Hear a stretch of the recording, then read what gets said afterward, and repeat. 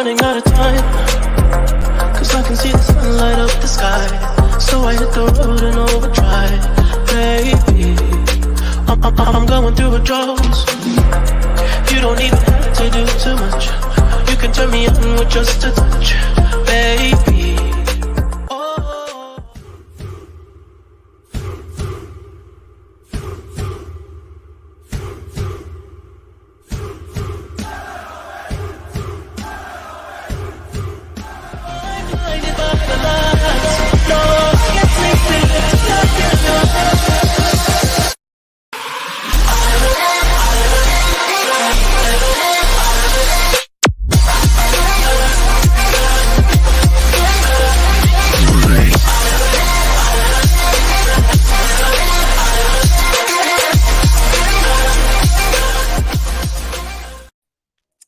Good evening, everyone, and welcome back. We are back again for more.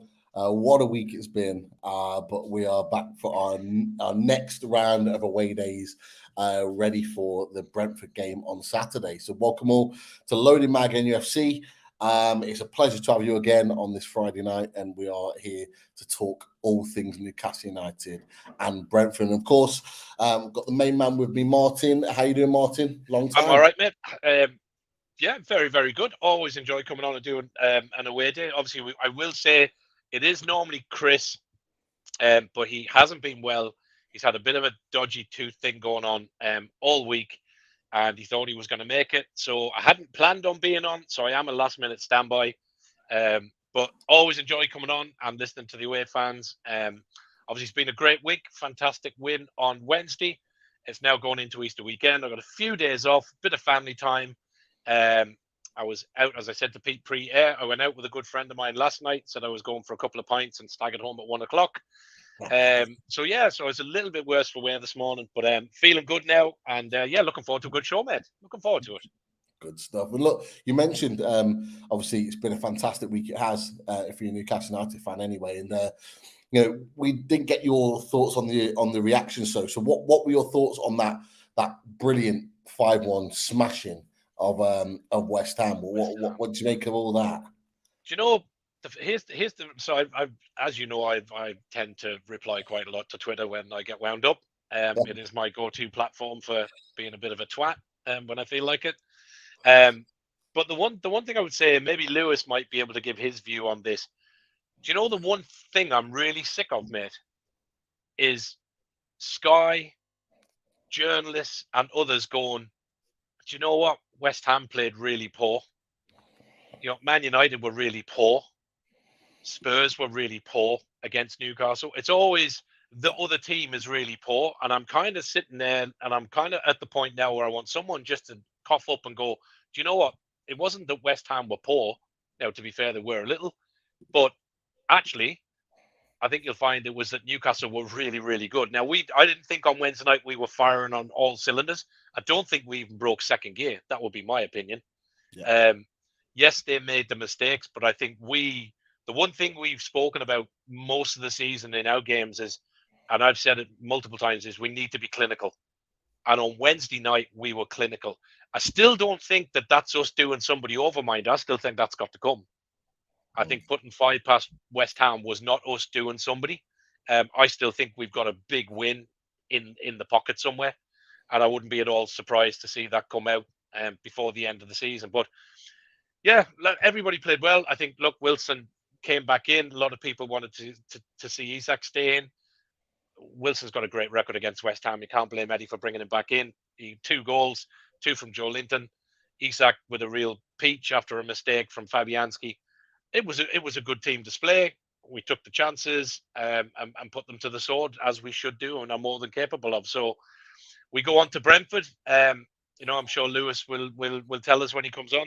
It's a tough game for me. I think this next one, when we did our kind of roundup and kind of games left, we kind of called out Brentford and Villa as probably being 2 of the harder games that we've got left, albeit some of the teams that have still got to come to St James's. I think from an away game, these are probably the 2 that I would look at and kind of go, yeah, I'd be a little concerned on them. In particular for me, probably the Villa one Henry seems to have them ticking at the moment as well. So 2 hard games, but I'll be interested to get Lewis's view on what he sees as from a Brentford point on where Newcastle are at, and does he kind of feel the same thing when Brentford win, because they're on a pretty good streak themselves. Thomas Frank has them playing some really good football. Ivan Toney, we know all about. So I think it's it'll be an interesting game on Saturday. But looking forward to seeing Lewis's take and kind of on that piece, and kind of where he thinks Newcastle are at, and vice versa, Brentford. Definitely. Great points as well. And I'm inclined to agree with what you've said for sure, particularly about Sky's opinions and all the rest of it. But first and foremost, before we get our guest on, a massive shout out to everyone in the chat. Obviously, of course, Lisa Mould, our favorite spanner in the house. Hope you're well. Paul Gallant already gone right in there with his he's sharing to the world. Yeah. Brian, welcome Brian to the chat. Brian Batista, if I'm pronounced that right. Apologies if I'm not. Nobby Clark, welcome to the chat. Great to have you in there. Craig Lee, always a regular. Jimmy, always in there. I hope you're well, my friend. Mark Todd, Cole Seggy, we've got Jamie in the house, Jamie Brereton, Jordy Toon for life, Adam McCarthy. PDK, as usual. Yeah, PDK with his glass ready to toast it up. Jason Scott, and of course, right at the top, I knew that Andrew DB was in the house as well, and Adam many McCarthy. More. To coin phrases in the house too as well, and Chris Banks has just sneaked in there. But of course, this is away days. Martin's made some great points, and let's take those points to our fantastic guest, and it's a pleasure to have him back after he came on and joined us for Battleground 3, and it's Lewis from Besotted Bees, supporter of Brentford, and let's hear what he's got to say about this brilliant game on Saturday. Welcome in, Lewis. How are you? Yeah, I'm good, thanks, Pete. Hello, everyone. Good to be back. Pleasure to have you. Good to have you.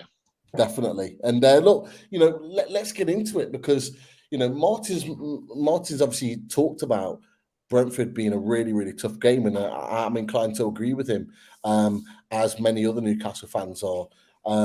You guys have had a really good season, and I know we've talked about that before this season, but how are things looking for you sort of as we're getting into the business end of the season now? How would you assess your opportunities? Because we're on Battleground Europe, you're sitting 9th in the table with 43 points. How do you assess your last 9 games as you kind of tackle or kind of organize your assault on European football? Do you think you're ready for that challenge? Are you in form?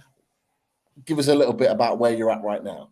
Yeah, it's we had a fantastic run. We went 12, 13 games unbeaten, and then lost to Everton 1-0. But then kind of bounced back from that, and we've just come off the back of a really exciting draw against Brighton, 3-3, when they, to be honest, deservedly equalised in the last minute. That we'd been under the cosh for the whole of the second half. Brighton are a fantastic side, I think. And then went up to Old Trafford midweek and were really timid and not on the front foot at all. Let them dominate the first half, and only really started playing in the second, helped by some really good substitutions.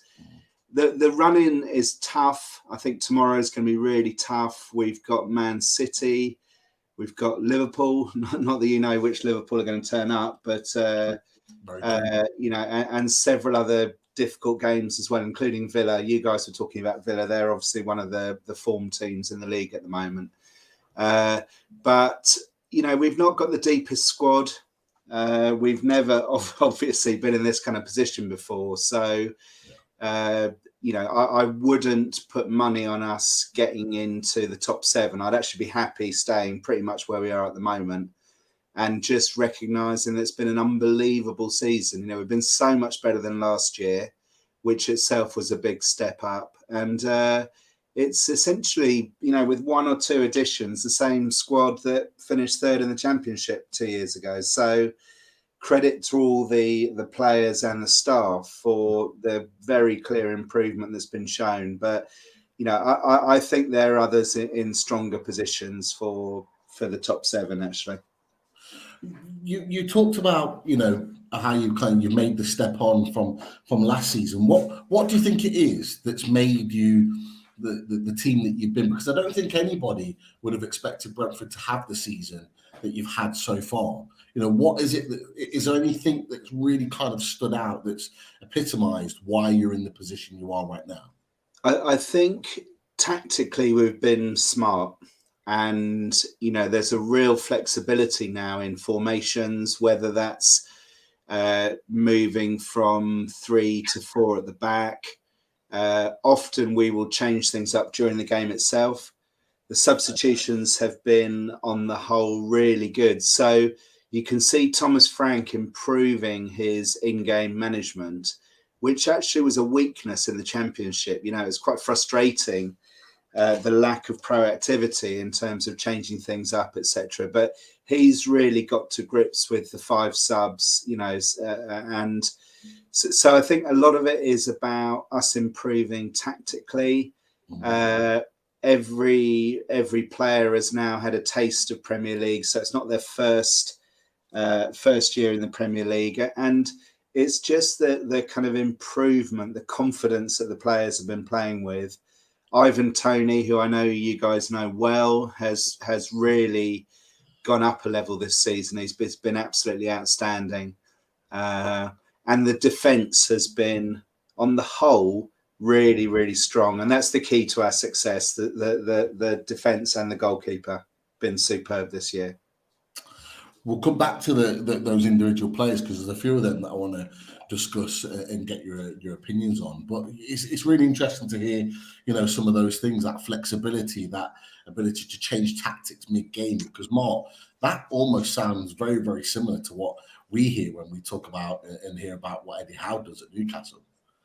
Yeah, I think, for me, I think I've said this on prior shows, I actually really like the way that Brentford play. I think they've kind of come into the league and not been afraid to go at it. I think, Thomas Franks has not been afraid to, take an odd battering, but I think they get the results. I think their movement forward and pace of transition is what really does Brentford well. And I think from a Newcastle perspective, look, we're in a good spot. We're in form. We're playing well, 4 in a row. We're scoring goals. But I think we've got to be very, very wary about how quick Brentford transition through the gears. And they get that ball from the lower part of the park up to the front. I think, look, we know that Toney is a danger. I take Lewis's point about, him being really informed and everything else. He's not so good at betting, but he's a good striker. But, we won't say too much on that. But it for me, their speed of transition, I think, is something that makes them stand out. And I think that's what catches a lot of teams out. They don't expect it. And I think even though Eddie will be probably tactically prepared for what Brentford will throw at us, certainly from when I've watched Brentford games this season, there's a lot of teams that try and stop it and struggle. So I think for us, it's one that we've got to watch. I think they're very physical.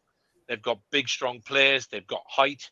But they are also susceptible to leaking goals as well. They don't keep lots of clean sheets, but defensively they are strong. So I think it'll be an interesting game. I think, obviously we went down there last season and we won well. I'm not so sure it's going to be as easy this time around. I think it'll be a tough game. Yeah, I'm inclined to agree. And look, let's switch gears a little bit because we've talked about, obviously, from a Brentford point of view, why they're in the position that they're in. But as currently Newcastle United are sitting 3rd in the league, what are your thoughts going into this game as the home team, having Newcastle come into your place on Saturday, Lewis? Like, what have you made of Newcastle United's recent kind of upsurge in form? What are your thoughts going into the game on Saturday? What are is there anything in particular that stands out for you that maybe you're worried about, if that's the right word? Yeah, I mean, I think Newcastle have been unbelievable this season. You've got one of the best, if not the best manager in the country. I think that's such a good appointment. And the way that the club has built since then has just been really smart, I think. You know, it's not as though you've gone absolutely crazy in the transfer market, but, you know, the players you've brought in really impressed me. And again, I think it's similar to what Thomas Frank has done at Brentford. You know, there's a nucleus of players there who have gone up a gear, you know, the likes of Joe Linton. He absolutely caused us so many problems up at St James's Park last season. I like the Isaac, is it the centre forward? He looks a real talent and a real handful. And, you know, we all know how good Callum Wilson is. So there's some real kind of potency there. The player that has torn us apart more than once is San Maximan. I know that he's quite, or I get the impression he's quite inconsistent. But again, in the 3-3 last season up at St James's, you know, he was the best player that played against Brentford last season. So, I mean, really, really impressed. I think that you guys are going to get Champions League. I'm hoping that you do, because I think you deserve it. And I think, you know, the fourth is probably a toss-up between Brighton and Man United, I think. And I really hope Brighton get it, because they deserve it as well. But you guys are playing great football as well. You know, really good to watch. I think it was earlier this season against Man City. It was one of the the toughest games I've seen an opponent give Man City. You absolutely went at them, and it was a fantastic game to watch. So, yeah, I enjoy watching your side. I'm really, really concerned about tomorrow. I've got to admit, I think, you know, you're off the back of a 5-1 away win. You know, we were insipid up at Old Trafford, like I said. So, yeah, I think everyone's concerned about tomorrow. And I, you know, I'd certainly be happy with a point, to be perfectly honest. Mark, Lewis has said he's concerned about us. We've said that we're concerned about Brentford. This has got 0-0 written all over it, hasn't it? It probably has, yeah. 1-1 draw on the cards. I think an interesting piece, unless somebody else in the chat can tell me otherwise, as far as I know, we are undefeated to a team in London this season so far. As far as I know. Yeah, that's right. Could be. If somebody in the chat knows otherwise, tell me otherwise. But as far as I know, we haven't lost in London. Which obviously, you know, if you go back a few seasons, we were regular losers in London. So I think a few things have changed. But I think, yeah, I don't know if I would say I'm not as confident tomorrow as I was against West Ham. Put it that way. I think the difference at the minute for us is. And we talked about it in our show earlier in the week, we've got more strength in depth on the bench than we've probably ever had. If you look at the game against West Ham, we started with, you know, Joe Linton went back in, with Bruno obviously boss in the middle. The back five, I think, stays as it always does. I don't see that changing. Yeah. The interesting thing will be, does he bring Willock back in and Isak and put Joe Linton and Wilson back onto the bench? Does he completely do something different and put Gordon in, who I think has played really well in the two lines, in the two runouts that he's had? So I think we just the big thing for me is we've got options to change it up. You look at the subs on Wednesday night. You know, we brought on 3 subs in Isak and Willock in particular. You know, coming on, we've just got that depth. So I think that for me is the biggest thing that I think, you know, if the game goes on a bit, 60, 65 minutes, have Brentford got that kind of firepower to bring off? I don't think so. I think the team they start is their strongest. So I think, you know we're a fit team. Will Brentford keep up? Will we be able to push them into mistakes with our press like we did with West Ham? I think we will. And I think defensively, we should have enough to keep a hold of the likes of Toney and Mwemba and players like that. So watch the transition. I think we have enough, maybe 2-1, possibly. There'll be a goal in it, I think. I don't think if it's not a draw, there'll be a goal either way. Well, I don't think it'll be much in it. we'll give you the rest of the show to decide on what you think your prediction is, because we'll do that at the end. Yep. And we'll obviously be joined hopefully later on by Dr. Doom himself to give his own prediction. So we'll see how that all pans out. But look, it's made for a really interesting one. Look, we've already talked about him already, but some may say he shouldn't even be playing at this point. And we've briefly touched on him already, but how important is this man to you? How important is Ivan Toney to you? Someone else should just put in the chat, and we have been keeping an eye on it the last couple of games, that he is on 9 yellow cards. So another one means he does get a 2-match ban. We've just had Joe Linton suffer the same fate just before the international break. So,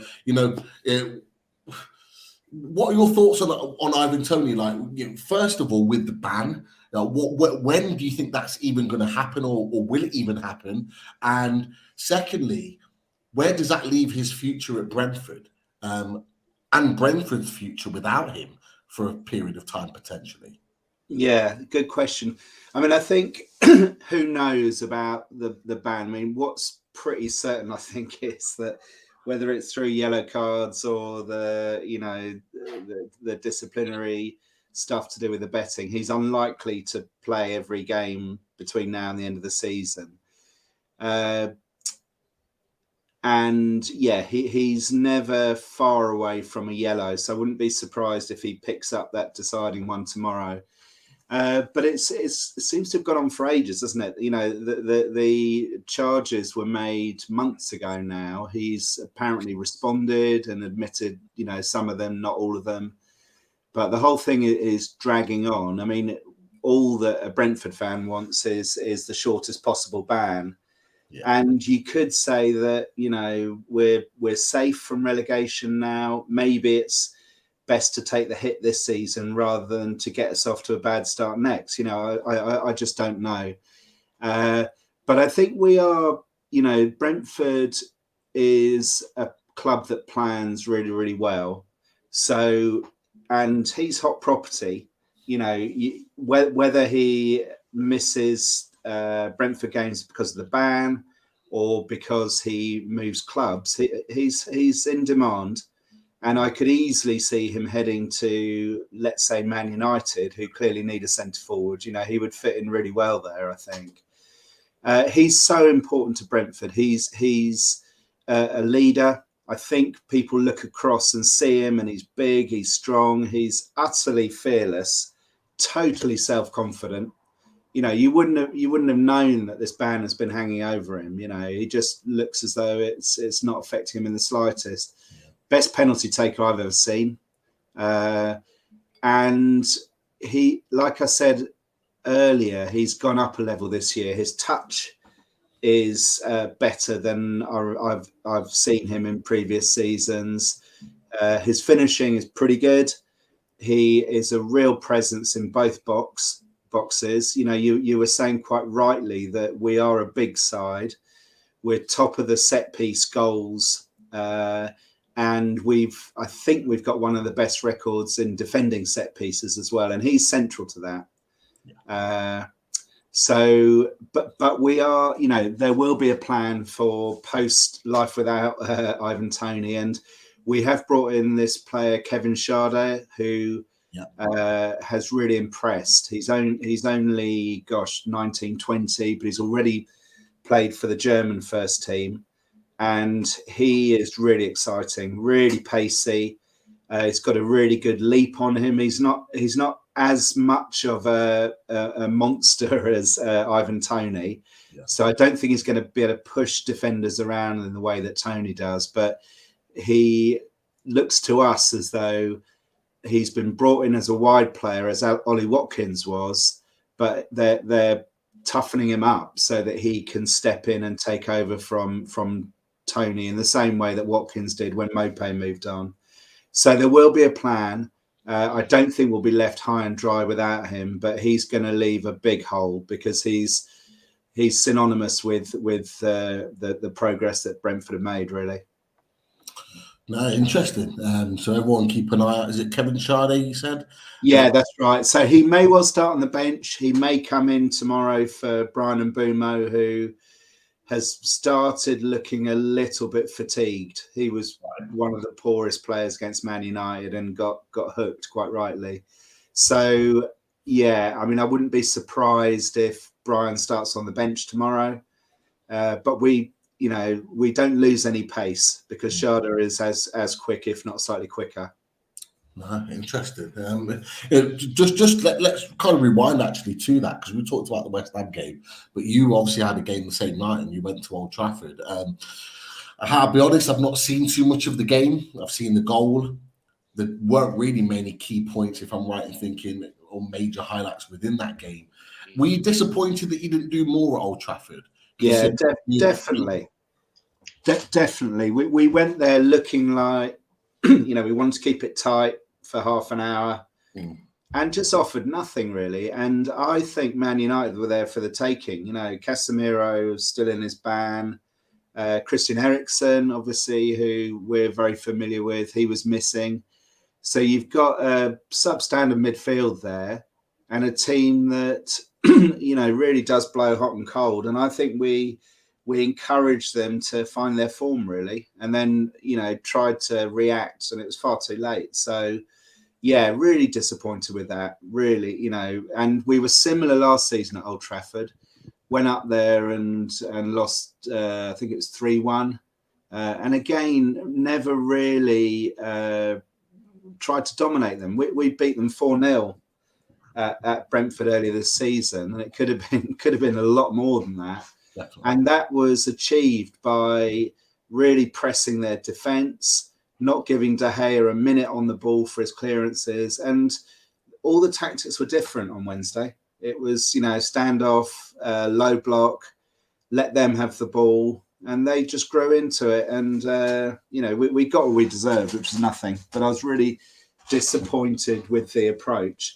It wasn't one of those games which were just error strewn, So when we went up to your place earlier this season and got absolutely spanked 5-1, that was, you guys were good, but we just absolute, individual howlers cost us at least 3 or 4 of those goals. Yeah. So it wasn't one of those, but it was just an unadventurous.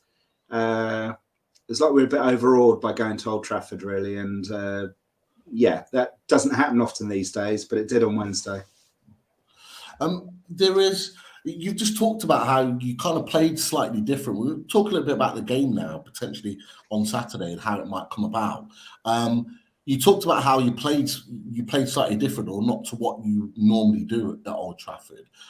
There's actually one of the questions that I think Martin might have started, actually. I'm just going to put it on the screen, Mark, 1 second. Yep, man. And it's on Craig Lean. He said, "We keep it tight or come at us in this game?" And I think that's a really, really good question. Yeah. So, considering how you changed tact against Man United at Old Trafford, do you think it will be the same on Saturday, or do you think, as Craig said, do you think you'll come at us and try and? I think. I mean, we're at home, and. So the onus is going to be on us to take the game to you, I think. So there won't be a repeat of Wednesday. I think we will be very respectful of the quality that you've got. And going back to the point about Brentford being quite a big physical side, I think you're probably one of the few teams who can come close to matching us in that department. So we're not going to be able to rough you up, I don't think. But I think, you'll see a lot more attacking intent from us tomorrow, I think. Interesting. And really, Mark, I'll come to you with a similar question, really. Do you anticipate us to approach the game any differently to what we've done in the last couple? Because, you mentioned, and I'm inclined to agree with you as well, is that this game is probably tougher than what we anticipated the West Ham game would be going into tomorrow. So do you think Eddie Howe will change anything, not necessarily personnel, but the way in which we play? I don't think he will. I think the one thing that we've seen this season, Pete, is that we know he's a very good tactician.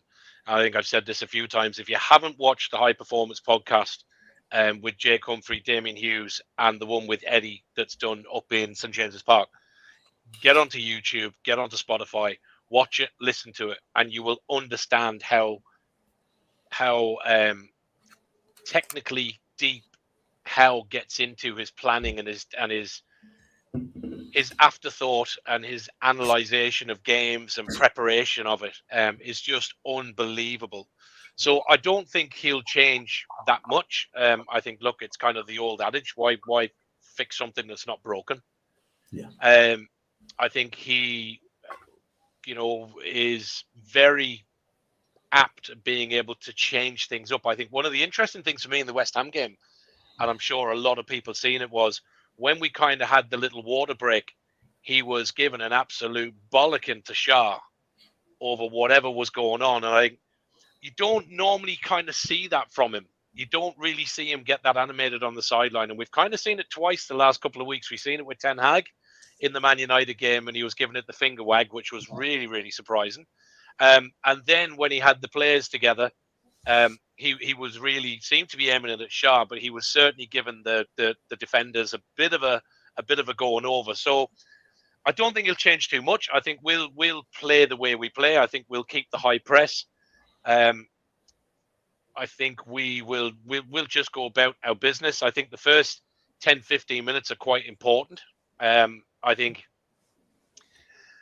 if Brentford come at us, which I think they will, I think they're going to have to at least give it a go. Like West Ham, I would say, I think that just opens up the park between the middle and the back line for us to push on. I think we have the ability in the way that we press and with our fitness to be able to unsettle a lot of teams. And as Lewis said, if we turn it on, I said to you, I don't think we got out of second gear against West Ham. We certainly weren't at our best, and we still managed to slot 5. But look, 3 of those were probably their errors. That similar to probably the Brentford game earlier in the season, they did gift us a couple of goals. But look, you've got to be there to finish them. We've been very critical of the team, saying we're not clinical enough. Wednesday night we weren't at our best, and Eddie Howe said that team was far from where he wanted it to be, but we put 5 away. So I think, if you can produce that form and keep that game plan and keep your squad, and I think, injuries that have come back, having the bench that we've got, even if it's tight at 55, 60 minutes at 0-0 or 1-1, I think we've got far the better options on the bench to be able to come on and change that game. So for me, I don't think he changes that much, Pete, to be honest. No, I think it's a fair point. It's fair. I think you just hit the nail on the head. So don't change something that doesn't need fixing. And I think you're absolutely right. But I think we always try and second guess Eddie Howe and assume what he's going to do, and he'll just throw a spanner in the works. There was people that were questioning his decision to put Callum Wilson in instead of Isak. Callum Wilson goes and scores 2 goals. Isak comes off the bench and scores himself, and he's like, well, exactly. He could leave the team exactly the same. I mean, if you're looking at it, why? Okay, Isak, we know what he gives and when he came on and where he's been playing. But would you not maybe start that team that kind of started against West Ham and just go with the same thing with the likes of Gordon and Isak and Willock coming on? It's great options. Yeah. So as I said to you, the biggest thing for me, I think the Isak Wilson thing is really just I think you've got 2 players who are scoring goals. I think the only piece for me, the back 5 doesn't change. The only question, which is the same one I have every week, is who starts. Yeah. Bruno is a definite. Longstaff is a definite. Yeah. ASM is probably a definite at the moment with the way he's playing. So is it does Joe Linton go in there? Murphy's going to start without a doubt for us. So it's really only is it Joe Linton or Willock? Yeah. For me, and I would say he probably goes with Joe Linton. I think he'll start with the team we started at West Ham. I'm interested. I don't know if you're on one. I'm interested to know who Lewis would prefer starting out of those 4 players. So if we asked you the question, Lewis, who would you rather start for Newcastle, Isak or Wilson up top? Who would you prefer to start with? Who do you think you get the best joy from a Brentford? Well, difficult to say. They're both high quality. I think probably from what I've seen recently, I'd probably prefer to be playing Callum Wilson, and I'd probably be preferred to be playing excuse me. Can't remember. I mean, I wouldn't want to be playing against Joe Linton really, because he gives you a real physical edge, which takes some of our strength away. So I can't remember who the alternative was there, but Joe yeah, Willett. Joe Willett. That's right. Yeah, I prefer to see Willett than Joe Linton. But then, you know, some of these players can come off the bench when legs are tired and so on. So I would imagine that we'll see all four at some point tomorrow. Yeah, that always is the plan with Eddie Howe. Yeah. He's done it before. He made the subs. So Willett came off the bench against West Ham and played really, really well. Yeah. It was controversial against Man United. Willett started, Joe Linton came on. So I think you're right. At some point, you will see all four of those players on the pitch. Maybe not at the same time, but at some point, you'll see them on the pitch. But it is an interesting situation. Before we move closer into the game in a little bit more detail, I want to know about a couple of players from your perspective. Your goalkeeper is attracting a lot of interest. Now, am I right in believing that his contract's out at the end of the season? How good has he been for you this season? He's been absolutely superb. He's a really good sweeper. So he's always alert to tidy up if someone's getting in behind. He is really agile. For quite a small keeper, he comes and gets a lot of crosses. You know, he does really the work of a much bigger keeper. And the thing I think that really separates him from a lot of other keepers is his handling. You know, you rarely see him drop. He doesn't come and punch as so many keepers do. You know, if you look at Ramsdale or someone, I sometimes wonder, you know, just catch the bloody ball. And Raya always catches it. So he's good with his feet as well. He's calm. He's a good footballer. So yeah, I mean, I think he will be on his way, and he'll be a big loss for us. You know, he's played in the Spanish national side several times in the last kind of year or two, and deservedly so, I think.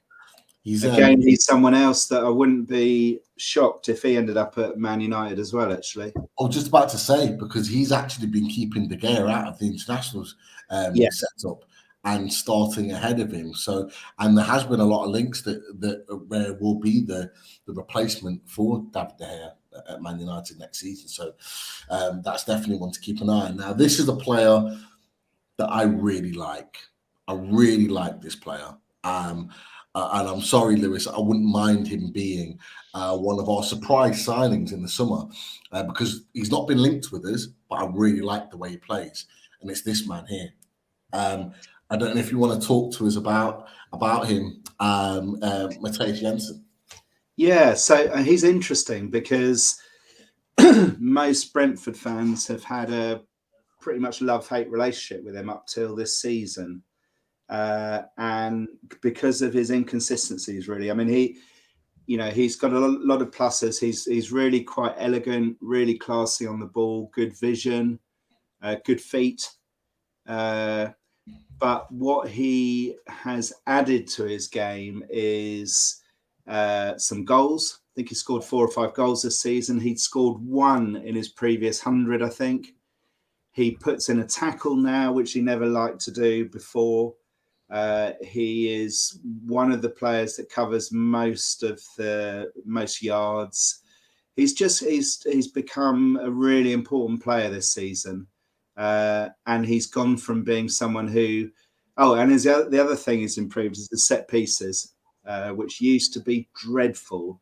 So you know, there's a lot of fans who really kind of we're not pro Jensen at all, but he's proved everyone wrong this year. He's improved immeasurably and is like pretty much a certain starter these days. Interesting. Definitely keep an eye on him. He is a terrifically talented player, and he just seems to be better and better. And I think he would fit in midfield quite nicely. But another one who doesn't necessarily get his flowers the way he should and be recognised the way he should is someone we need to keep an eye out for down your left-hand side, and it's Rico Henry. You know, are you shocked that he's not being considered for an England call-up? He's put in some terrific performances this season.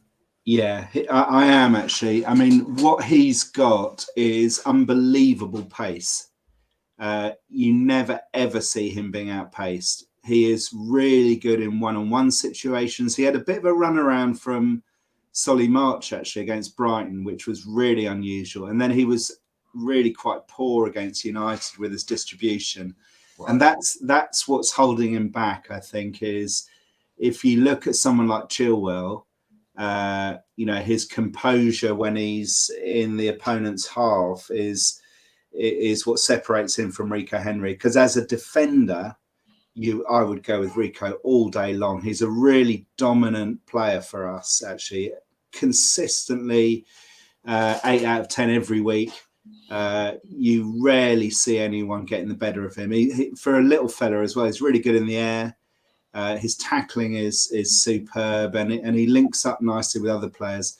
It's just you don't know what you're going to get when his pace has got him clear, and he's got, you know, he's then got to cross or have a shot. Anything could happen. That's the problem, and that's what I think. That's what I presume Southgate wants him to improve on to get in the England side. But you know, I would have him in my side ahead of Chilwell all day long, because of his defensive qualities. The other thing about his pace is that it allows us, when we do have set pieces, to basically throw everyone else forward, because we know that if there is a break, he'll be able to snuff it out, and he does that time and time again. So really, really important player for us. And yeah, I think his England call-up's got to come soon. But he knows that he has to work on the attacking side of his game.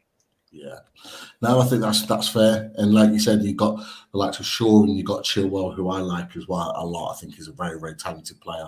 And we're in for a left back.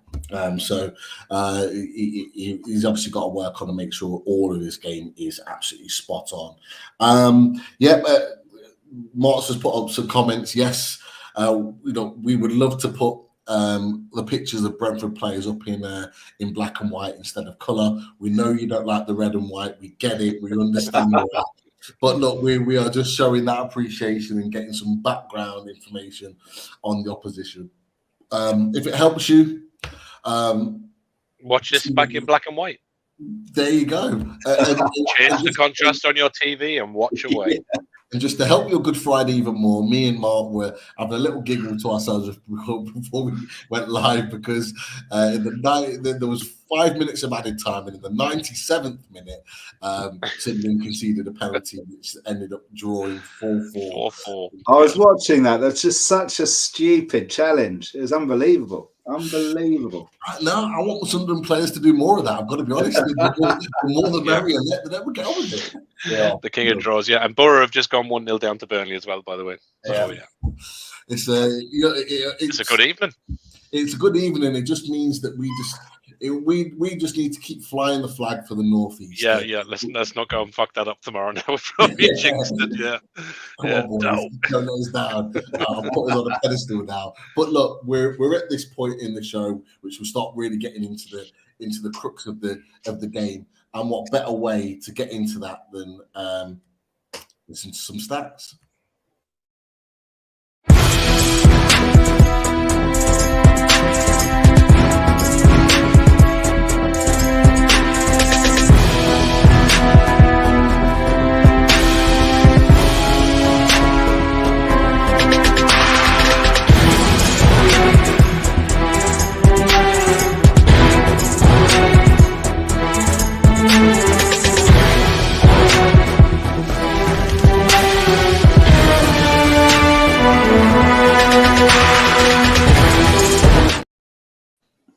Evening, lads. Happy Good Friday. Evening. Happy Good Friday, man. How are you? I like magic. He always appears. Hope you're all well. Very, very well. Good, well, mate. Yeah, not bad. Living the dream. Back-to-back wins this week. Looking for 3 in a row. Be a tough game against Brentford, particularly at Brentford's ground. Look, Keith, what can you tell us?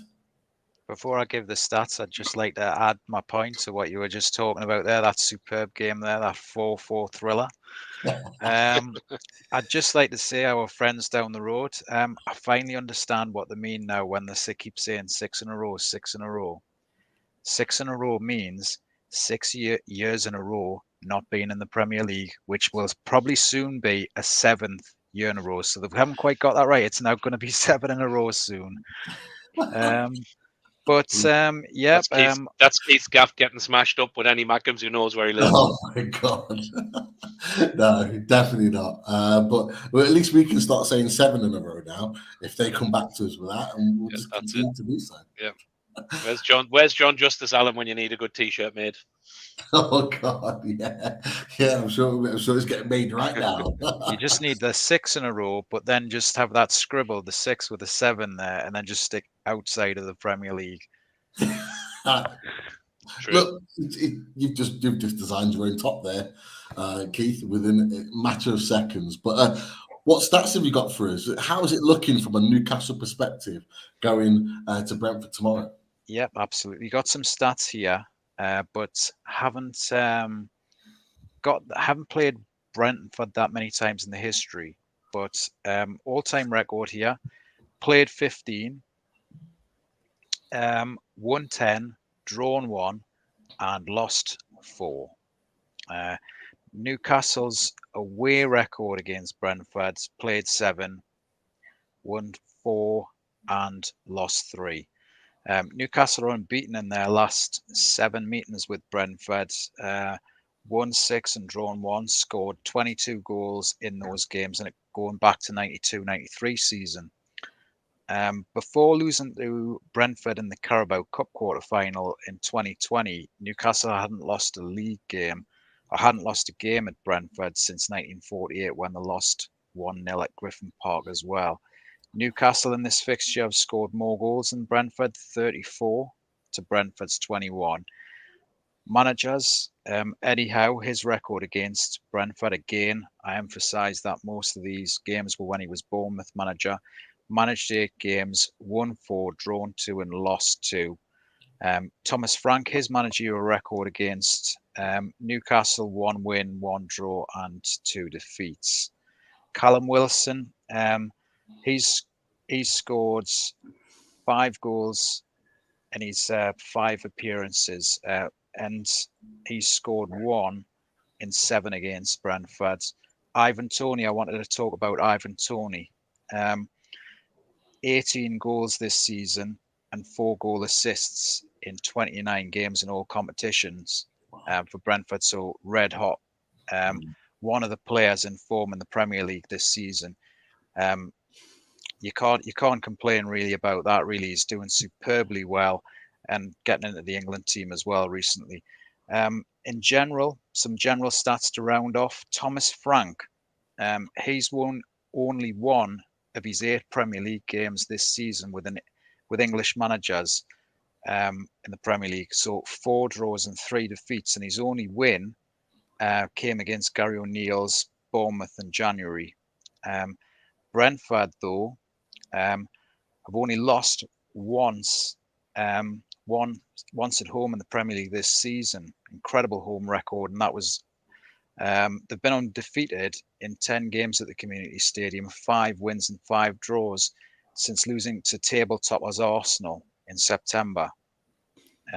No shame in losing that game. So an incredible record there for Brentford. Newcastle, touched on there that they've won their past 3 league away games to Brentford, and Newcastle are undefeated in all 15 games they've played on Saturday at 3 p.m. kickoff time in the Premier League under Eddie Howe. That's 9 wins and 6 draws in those games, a run that started with a 3-3 draw in his first home game in charge last season in November 2021. And this stat here, incredible stat here, and shows why Newcastle are where they are in the Premier League. One of the reasons this season, Newcastle have only lost 1 of their 23 Premier League games in which Dan Burn, Fabian Shaw, Sven Botman and Kieran Trippier have all started. So that run is 13 wins and 9 draws in total this season, and the 1 defeat. So an incredible run there. We know the one game, I think, was the Liverpool game, I think, at home, when Nick Pope got sent off within the first 20 minutes. Before losing 1-0 away to Man United in midweek, Brentford again had only lost one of their previous 16 Premier League home games, and that was 7 wins, 8 draws and 1 loss, in a run that goes back to October. The last time they lost 2 games in a row in the Premier League was last season in February 2022, when they lost to Arsenal away and Newcastle at home. And that rounds off the stats. Some superb stats there as always, Keith. Massively appreciate it. Brilliant stuff. And there's a few people in the chat saying, I think Craig Lee, I'll just flick this one up here, Mark. It says, call a doctor, Keith must be lightheaded with all the positivity. He's loving it. That's what a 5-1 does midweek for you. There you go. I bet the Lawless was quite quiet on them when you spoke to him next after. Well, you know, interestingly, he's been very vocal today because Dan Potts has been hammering him after that 5-1.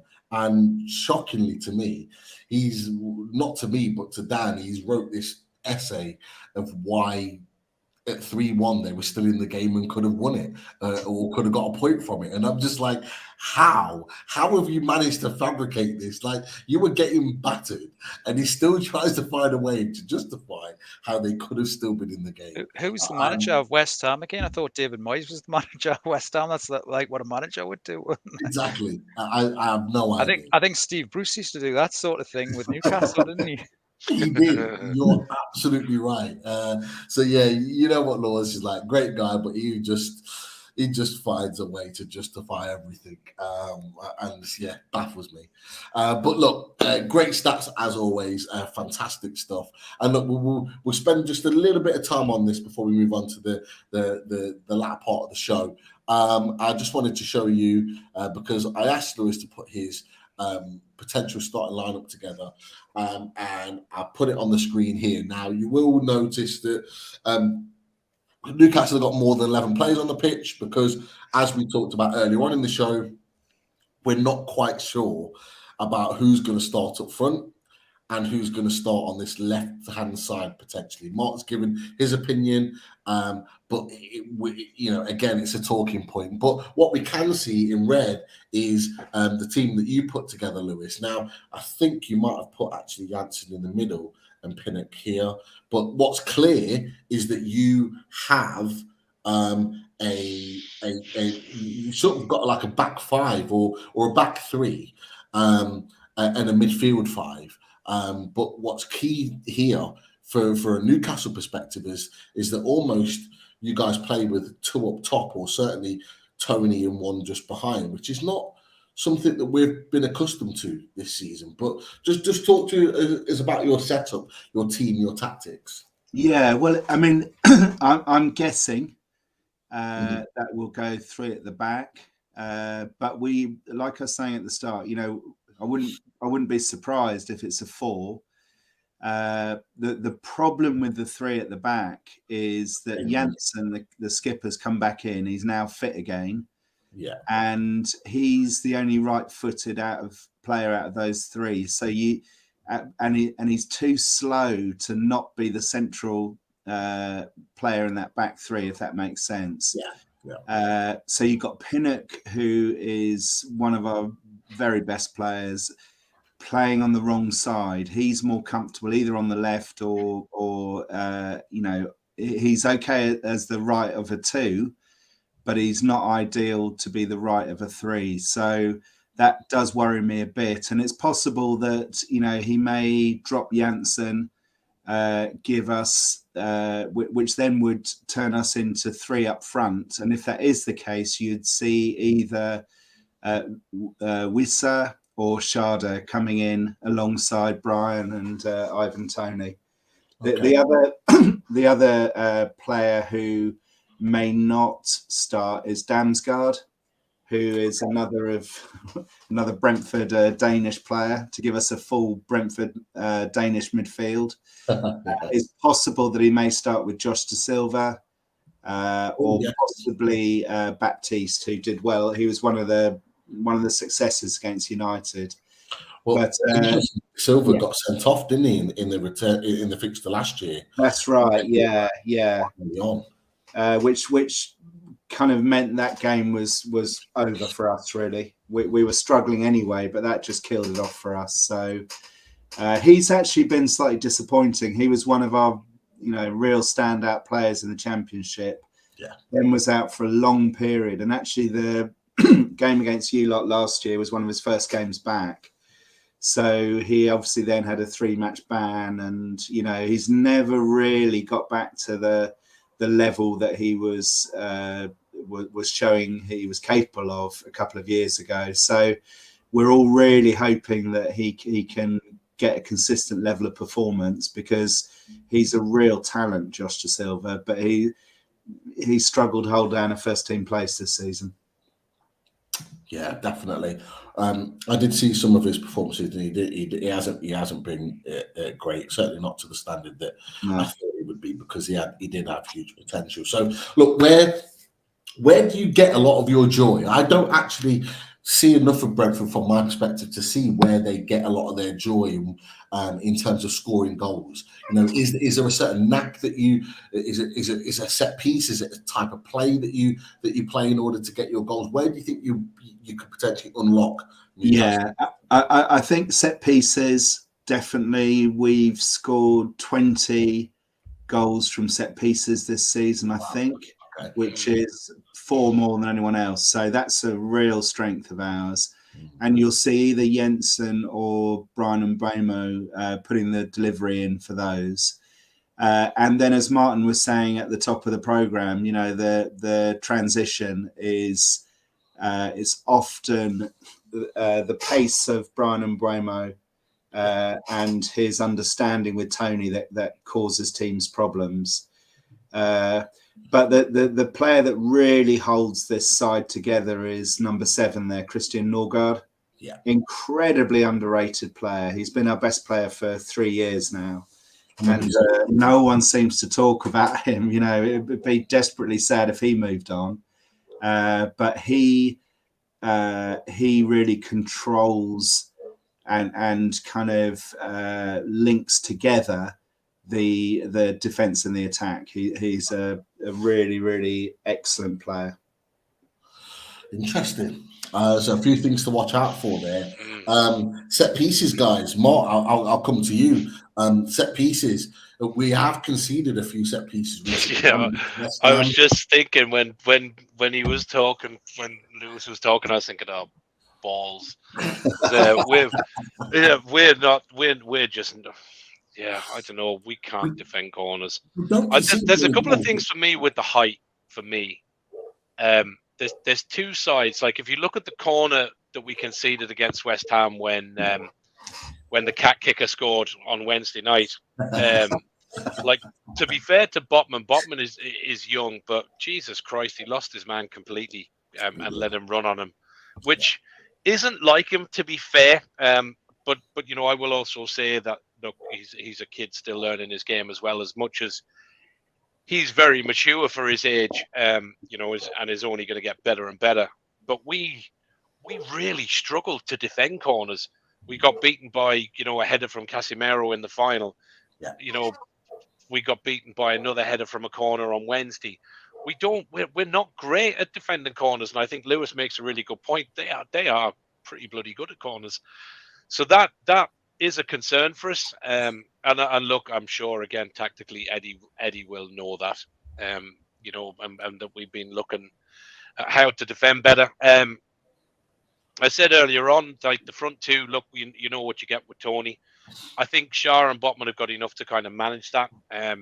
What we've got to be careful of is no stupid fouls in and around the box, not letting him get into the box and then a foolish tackle or an arm out somewhere, because that will be a ploy that I think Toney and Mbeumo, to be fair, will play for. So I think we've got to be quite disciplined.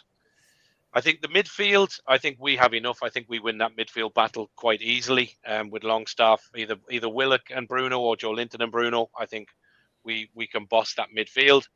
Depending on how they set up at the back, yeah, I agree again with Lewis, whether it's a 3 or a 4. But there are some good players there. But I think, really, if you want to go up against that 3 or that 4, I think for me, the movement and what we need without transition, I would probably start with. I don't think Eddie will change it, but I think I would go with Isak as opposed to Wilson, because I think he can bring more into that play, and I think he's more able to do more damage on his own. Possibly, Wilson's very much an in-the-box player. Yeah. Isak could get that ball between the 2 lines and go through. So I think he would be more of a concern if I was Brentford. But again, I think we have enough. So it'll be interesting. But the corners is a thing that does worry me, because they are really good at it, as much as I hate to admit it. But I think it's just discipline. The other side of our defence is, I really would like to see more from our defenders when it comes to goal, because we have got height, and some of those balls that go in. I'm actually, it's one of the statistics, and maybe Keith, that might be something you might look at for another show, is just where are we defensively with kind of goal contributions from our defenders?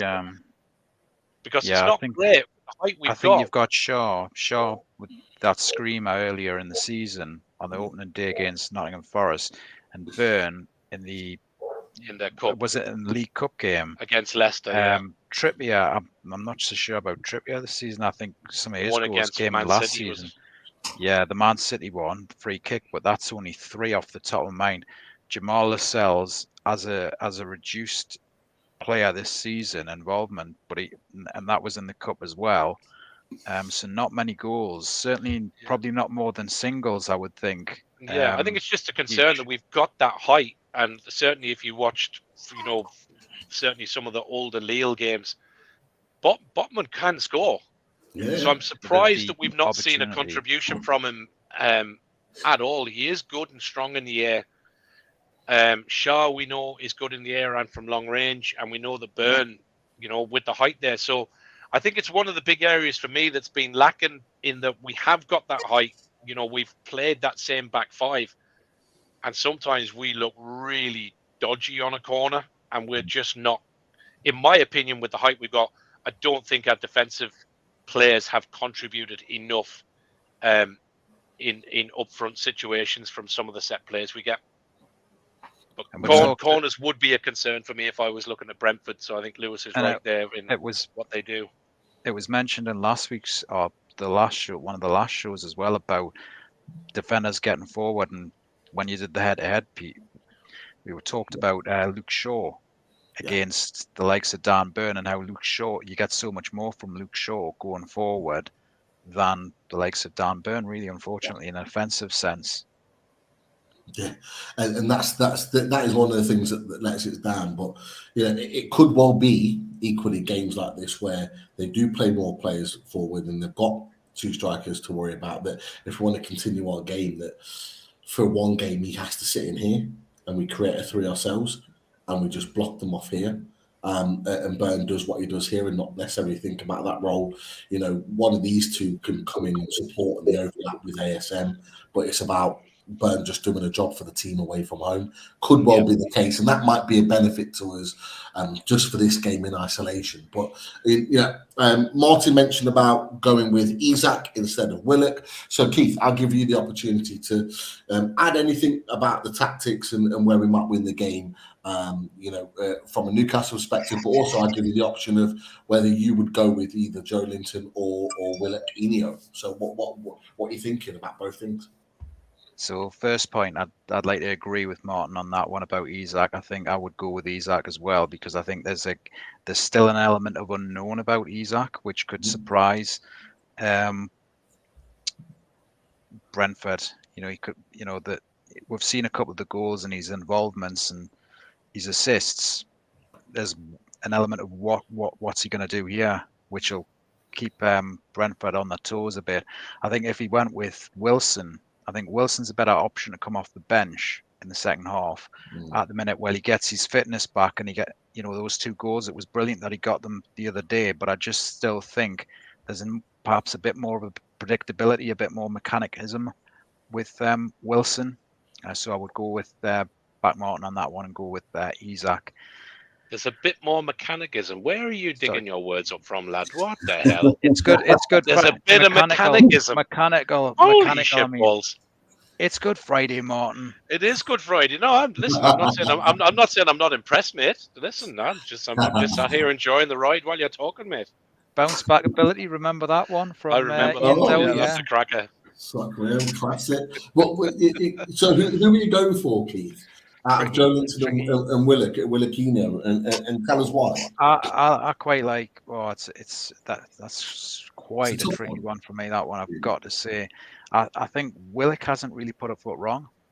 If I'm honest about it, the dynamism, the forward play, but it's hard to go against Jolinton because he's tenacious as well. And that's the piece for me. If you look at Jolinton's performance against West Ham, against a very, very good Declan Rice, who, to be fair, caused us didn't cause us major problems, but his running power through midfield was very, very impressive on Wednesday night.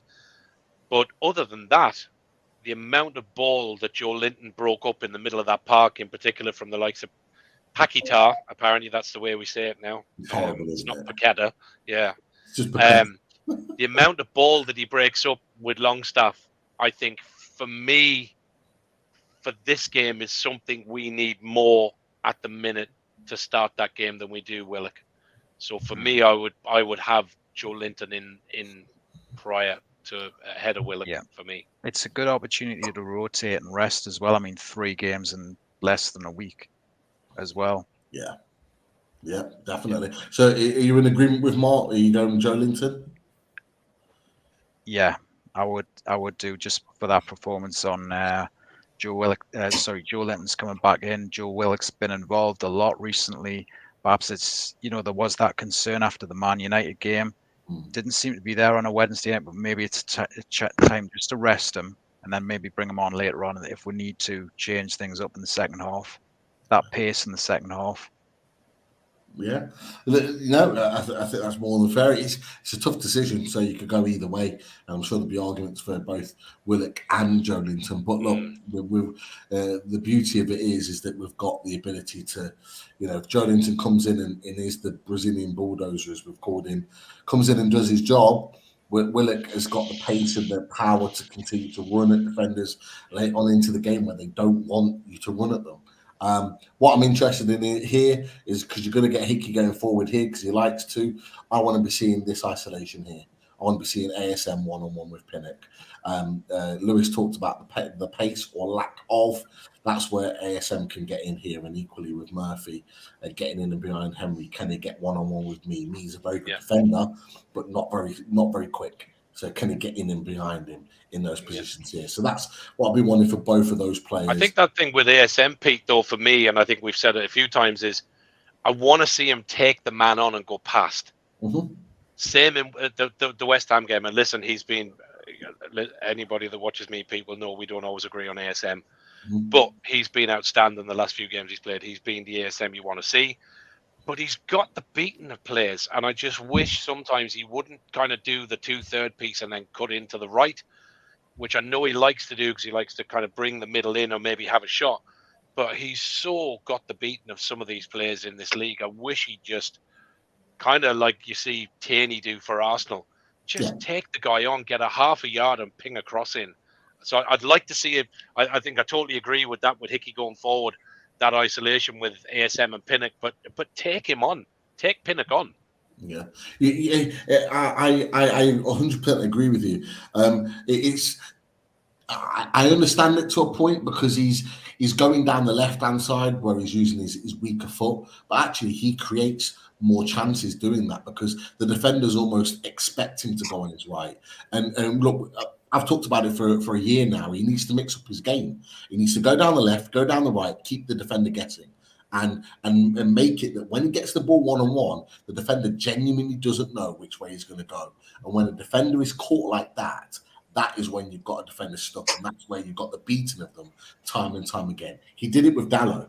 He went left and right, kept him guessing, and at that point he didn't know what to do against when we played against Man United, and he had the better of him.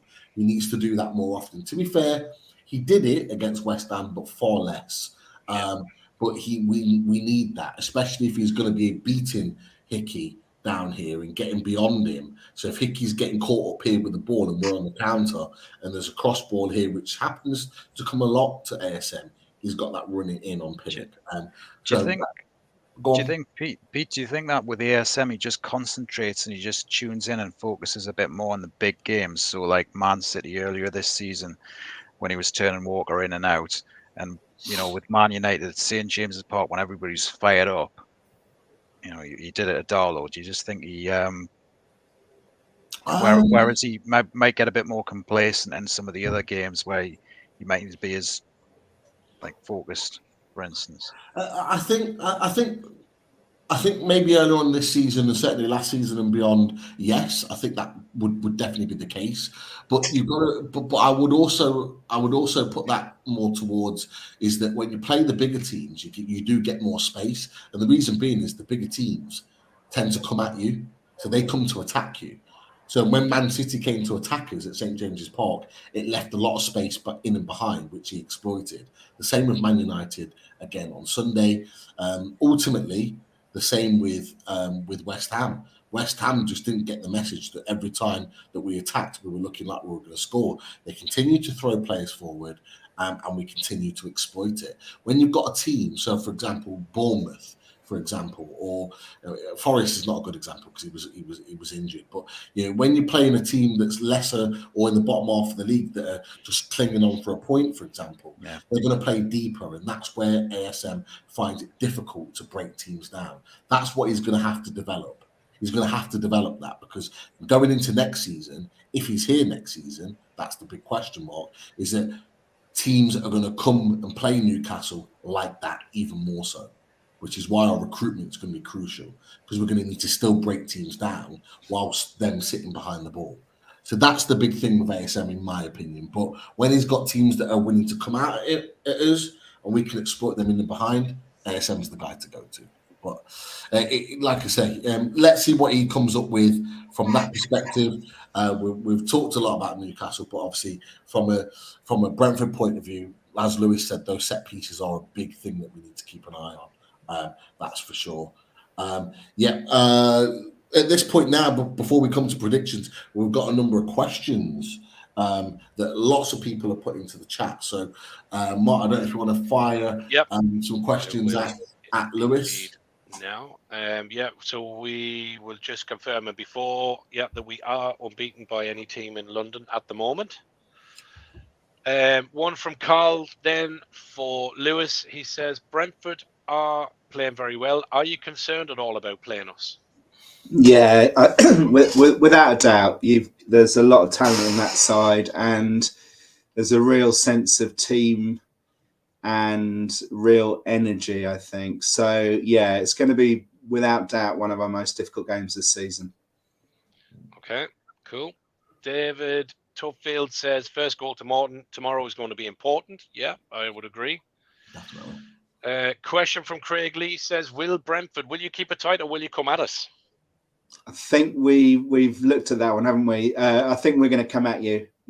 We'll have the crowd behind us, and they'll want to see us threaten you guys, and I think we will.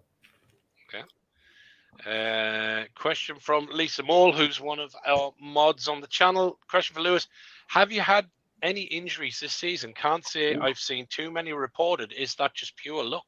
Great question. Well, we've been. That's a fair point. We've been quite lucky with injuries.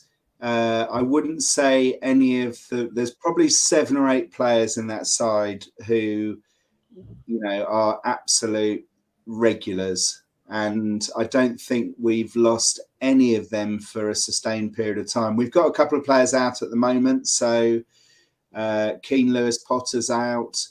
Janssen's been out for most of the season. As I was saying, he's just come back into the back line and arguably kind of disrupted things a little bit because of that. And then we've got a few players who've been in and out, partly through injury. Josh Da Silva's one, Damsgaard's another one. He was very short of match fitness when he joined us earlier in the season. But on the whole, we've been quite fortunate, I'd say, with injuries. Yeah, I would agree. Okay. What else? Andrew, I know you're going to put this one on there. Yeah, when is a good look at it? We're already here, mate. We're already here. Yeah. And Keith has to come on because he does the stats, so it's not his fault. You know what I mean? We're here. We're here. Yeah, we are here. Yeah, Daz isn't here. Okay, one from Doug from the Toon says, Lewis, who do you think and hope will go down? Forest. I've just got a real issue with Steve Cooper. I can't stand the guy. We had several run-ins with him when he was the Swansea manager, and I can't stand him. And also, I don't want to see a team that's brought in like 30 new players succeed. So definitely Forest. Leeds, because they're Leeds.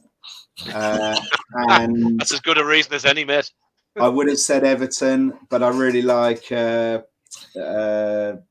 Dyche. So yeah, possibly Everton, possibly Wolves. Oh, Wolves. No, Yeah. if it was me now, I'm just saying Everton and any other two. I don't give a shit as long as Everton go down.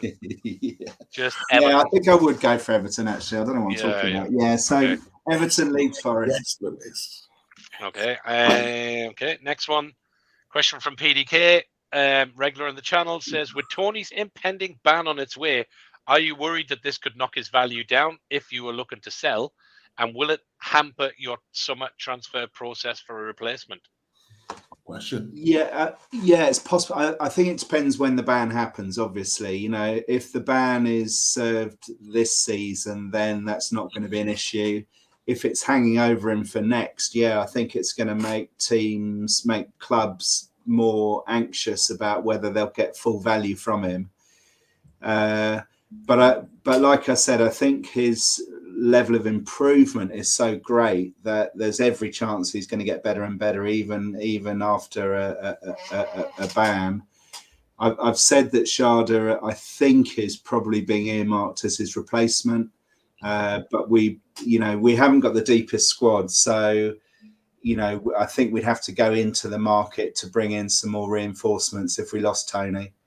But the finances are in good shape. If we do have to sell him, we're obviously going to get big money for him. So it would be a question of reinvesting it, I think.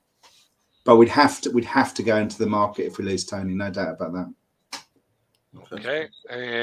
Next one, Craig says the same thing. Yeah, we haven't only team not to have lost. That's all going to change tomorrow. Yeah.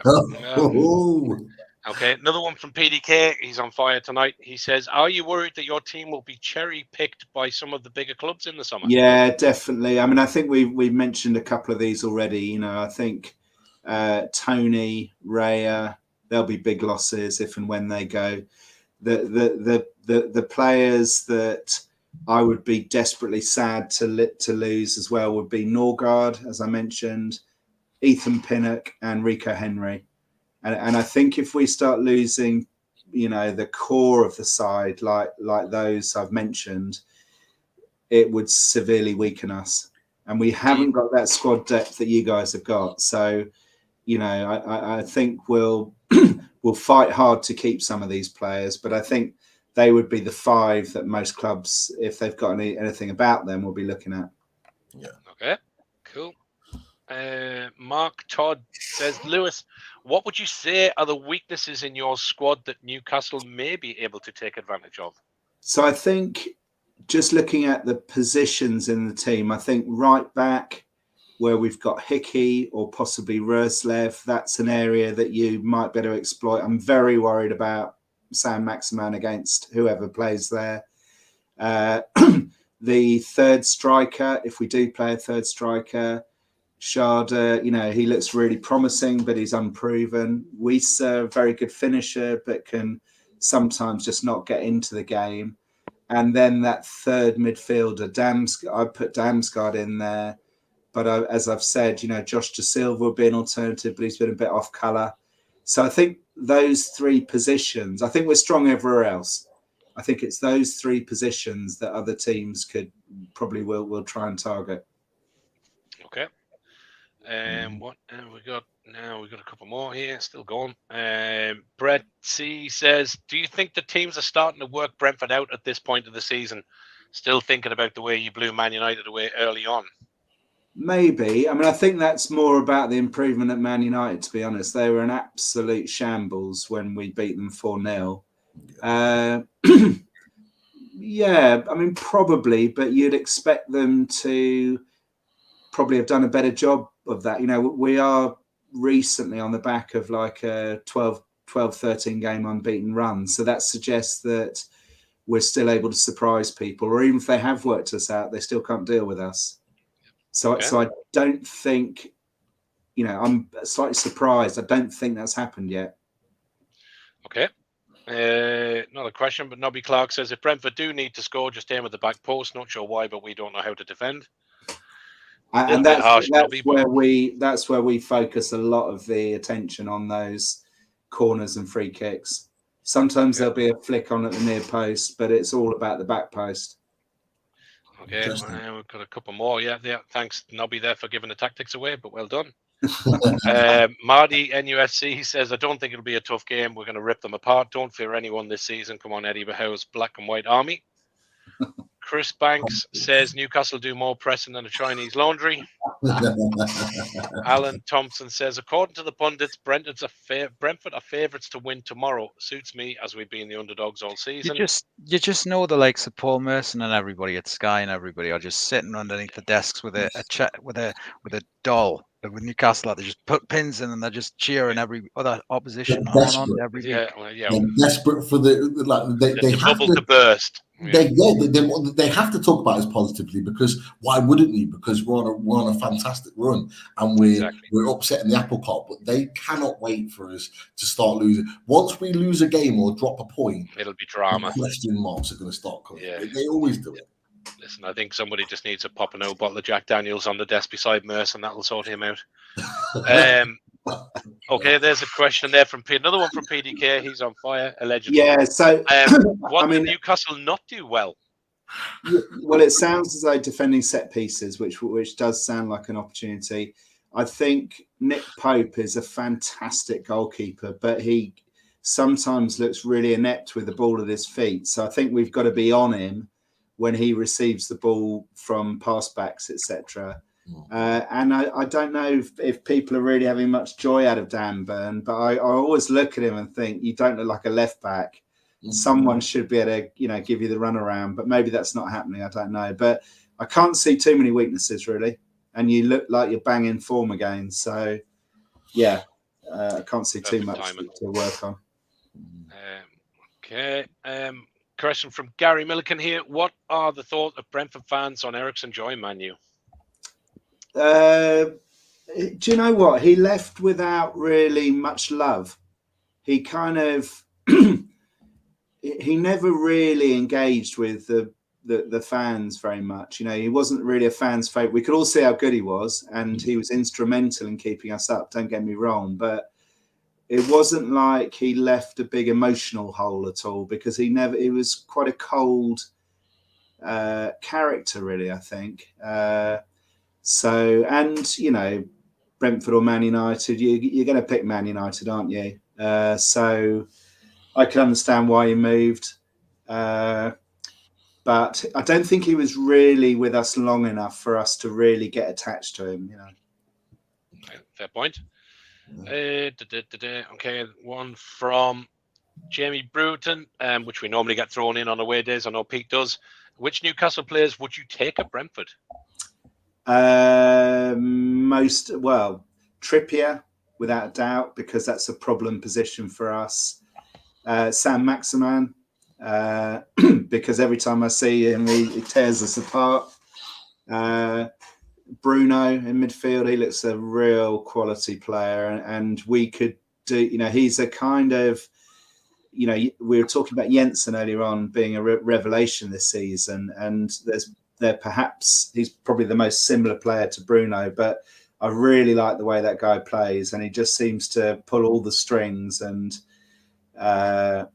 so those for a start. But you know, most of those players, I think we'd settle for. Okay. Mark Todd puts this up. I have absolutely no idea what that means. Well, Splinter is Keith's one of many Keith's nicknames, but it's the Ninja Turtles. So that's the rest of us, is it? They've given us a name. Okay, very good. Yeah, actually, we did all right out of that, Pete. Not too sure about the other two lads. Okay. Okay. Question from Michael. Michael at MB79. Lewis, do you worry if Brentford get into Europe, will it hinder your Premier League position? I think it would. I mean, the two things, we're not blessed with a really deep squad, so it would put some pressure on, but then we'd better probably spend a bit more on the transfer market to bring some in. The other thing that puts me off, you know, much as I'd love a European tour, is the prospect of playing Sunday football for most of the season. You know, I find it much prefer weekend games to be on a Saturday, or actually a Friday night is a good time to play as well, I think. But you know, the Conference League sides always play on Sundays, don't they? So it's I wouldn't be desperately sad if we missed out on it, because I think there would be some implications. And you can see what's happened to West Ham this season. You know, it looks as though they've got too much to cope with at the moment. Yeah, no, would agree. Okay, question from Brett again says, what final position would you consider being successful season based on where you are now? Top 10. We were 13th last season. To go up 3 places would be a real achievement, I think. And, you know, the difference in points is, you know, we're probably going to end up with about 20 points more than last season, which is just evidence of progress, really. Okay. Chris Dawson then says he's at the match tomorrow. He remembers the old ground with pubs on all 4 corners. Where's the best for a pint now? Best pub in Brentford is the Globe. It's actually nearer the old ground than the new one, unfortunately, but that's where we all go before the games. There's another one which is called 1 over the 8, which is kind of right under Kew Bridge, and that's like a 2-3 minute walk from the ground. Gets really busy in there, but anywhere you go around there, they'll be welcome. You know, away fans are welcome. Okay, there you go. Excellent to hear. And then last one for now, Harry says, thoughts on J7 or Joe Linton being on 11 yellows? Looks nailed on to get 15 and a 3-game ban. Any thoughts? That takes some doing, wouldn't it? It does. I don't think anyone's got. I don't think anyone's got. I think the record is 14. I think there's a number of players that have got 14 bookings, but never got 15. So yeah, he's always good to put on your ACCA for a yellow. To be fair, he delivers. No, please no. But look, we're at this time. We're at the time where we come to our predictions towards the end of the show. But just before that, I just want to say, if you haven't already, click that like button. There's over 100 in the chat, but we haven't quite got 100 likes yet. So everyone just click that like button. And if you're new to the chat, and I think there's 1 or 2 that are new in the chat tonight, just click that subscribe button as well. Help us get towards 6K subscribers. We always forget on the show. We just end up getting straight into the crux and stop talking about it, and we don't do the promotion side of things. So click those like buttons. Let's get that up to 100 and beyond before the show's out. But look, prediction time. Let's get down to it. Right, we'll work around Mark, Lewis, and Keith, and work around to myself. Daz, welcome into the chat as always. He's very happy with his Ninja Turtles name. But look, Mark, prediction. What you going for? They've had a little bit of time to think about it. At 5 o'clock to tomorrow afternoon. Look, I think, again, as we said when we were chatting about our remaining games there, it was a couple of the games that we flagged. Brentford and Villa were 2 of the games that I kind of, would be slightly concerned about. But I think we're in a good place. We're in good form. You know, we've probably got no better chance this season of getting into Europe, and certainly getting, you know, I think we'll get into Europe either way with the way it is at the moment, but certainly Champions League. I think Eddie will have us planned out rightly. I think that Brentford will give us a good game, but I'm going to go for a Stu Penman, and I'm going to go for a 3-1 Newcastle win. He's gone for it. With Bruno, Isaac, and Shaw on the score list. There you go. Wow, he's even gone for the scorers as well. Bruno, Shaw, and Isaac is the goal scorers. 3-1. So there you go, 3-1. Outstanding. Right, we'll come to the opposition. Lewis, what are you thinking from a Brentford perspective? Predictions come Saturday. 1-1. I think you probably will start as favourites because of the form that you're in, but we're strong at home, and yeah, as someone pointed out earlier on, you know, we've only lost one game at home when we were just outplayed by Arsenal, but and we draw a lot of games as well, whether it's home or away. So yeah, 1-1. Okay, we got one quick question, Pete. Sorry, just before we crack on. I know you had started. Question for Lewis: when are you going to give Romeo Beckham again, mate? But he's playing for the B team. Yeah, so I like what you did there, Brentford B. So I like that. Yeah, so I'm not sure he's really making. You know, I don't think he's a standout player in the B team, but it's obviously like quite a nice little association for the club, really. Yeah, absolutely. But the answer, I think, is never. Okay, fair enough. Well answered. Right. I'm going to give my prediction because everyone wants Keith to go last, of course. I think Newcastle United will win. I think Newcastle United will win 2-1. That's been my prediction for the last couple of games, actually. But I do think that Newcastle will win 2-1. I think it'll be a tight game, but we will do enough to get the 3 points and keep the good times rolling on. So that's my prediction. Newcastle United 2-1 winners. Right. Now, it's time for the main man, and look, we've got a new picture to kind of promote. If anyone knows who this man is, you will know what time it is now. And it's not just he's got many names, but Dr. Doom is one, and Splinter is the other.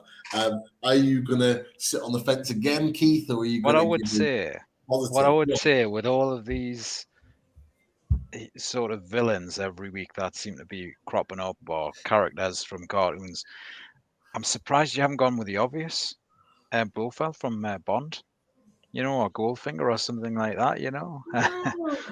Keep the Bond theme going, you know. Maybe we have. Maybe we're just saving it for a special occasion.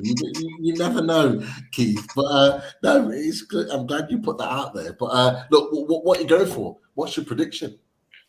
Well, I think this is going to be an entertaining game. It's going to be an enthralling game. Both teams at it. I think there's going to be chances. There's going to be goals in this game for both sides. I think that, you know, you cannot take Brentford's record away. They're much more improved and consistent this season, although they had a great season last season. I think you've got to look at it and think, right, that home form, they're a different proposition at their home ground at the community stadium, definitely. And I think this could go either way. I think Newcastle could end that recent home run. It could be narrow win to Newcastle with Isaac in particular. I think it could be 2-1 to Newcastle. I think it's either going to be a 2-1 win or it's going to be a 1-1, because I think Newcastle won't be able to keep Brentford out. I think Toney's going to score for sure tomorrow. So okay, so you've said a 2-1 to Newcastle, but you've also said a 1-1. I think it's probably going to be a draw. I think it'll be 1-1. I think it's a tricky game. I think it's a difficult game, this one tomorrow. He's back. He's back. Splinter's back. I've gone with that 3-1, but yeah, I've gone with that 3-1. But as it stands, I would happily take a point and move on to the next game as well. Because I think in particular, getting that win against West Ham, you know, if given the choice and getting 4 points out of those two games, I would probably have taken that. So, but I can see Newcastle getting a 2-1 as well. I just cannot see a clean sheet for Newcastle tomorrow. I think Toney will I would score. agree. Yeah, you know what? It's not a 1-1 draw is not the worst prediction because of the as we've all talked about tonight, the type of team we're coming up against. Brentford are a good team. We cannot underestimate them for sure. As Lewis has said, only lost one game at home. It's a tough one to predict. It really, really is, and it could go a number of different ways. So yeah, I'm not going to go in on you for sitting on the fence this week, Keith, because I think that there's good reasons for that. You've got to look at some of the teams that they've got results against. I mean, getting a draw against Spurs, for instance, at this community stadium, you know, there's been some really good teams they've came up against, and they've got results against them. They hammered Liverpool 3-1. I know Liverpool haven't been in great form this season, and they also got a point against Arsenal at the Emirates Stadium, so they are playing well. Yeah, we beat Man City away as well. Incredible result. Watch that; they were brilliant. Keith, with your suggestions of 007 villains. What have I done? What have I done? You know what's going to happen. You know what's going. I did the Macarena last night, and you know what's going to happen after the back of that. And so Daz is always on the case. He never misses a beat. And just the last one for me, for us guys. Mark, I don't know if you want to answer this one. If Nottingham Forest go down, does that mean we get Chris Wood back? Oh no. Thankfully, definitely not. No, I thought that was a best deal that's been done. Do you think that's a real thing? If they go down, we get him back. I thought it was a condition with it where it's it's more or less a done deal where he goes to the end of the season, he becomes Forest's player. No, I think it was only he had to play 3 games or something, wasn't it? Yeah, I think that's what Keith's saying.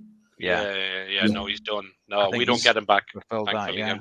Best piece of business that Dan Ashworth has done so far, and plenty more to come. Cracking deal for what we got and what we paid.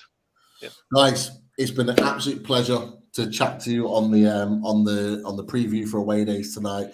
Lewis, first and foremost, as the guest from Brentford Vs. Massive thanks for you to come and join us again. Always a pleasure to talk to you. So many in the chat have said what a fantastic guest you are, and it's a pleasure to have you on. And it's great to be on. Thanks a lot. We're looking forward to having you back talking more things. Brentford and Newcastle United next season. Hopefully both of us in Europe. You never know. Let's wait and see. Mark, top man, as always, great to have you on. Absolutely. Enjoyed as always. Laugh with some of your quick-witted comments. Yeah, one day I'll end up in court and it won't be so funny. No, hopefully not. Let's put it that way. And of course, 00 Stato, Dr. Doom, Splinter, whatever Bond villain you want. Keith, it's an absolute pleasure. Always a pleasure. Great stats as always. Part of the Lodi family, you know that, and it's brilliant to have you on here. So thank you for coming and joining us as well. And of course, we can't go without saying a massive thank you to everyone in the chat. Superb as always. Some brilliant questions. Some of the questions we get are fantastic for the guests and for ourselves. So keep them coming. We will be back with more. There will be a review show. I believe it will be tomorrow evening after the game. So keep an eye on that. And of course, yes, Keith, thank you very much. I was coming just to that. I was just about to type the same. I have a knack of forgetting the sponsors, but not today. Do you want to talk and I'll throw a couple of pictures up and we'll just blag it? Yeah, why not? Go for it. Okay, so first one then. We have massive thank you to the Radiator Shed, as always. Thank you for your support at theradiatorshed.com. And as it says on the screen, all designs are manufactured in Italy. Aluminium rads are very environmentally friendly and are perfect for heat source pumps. And of course, you can see lots of different radiators on there as well already.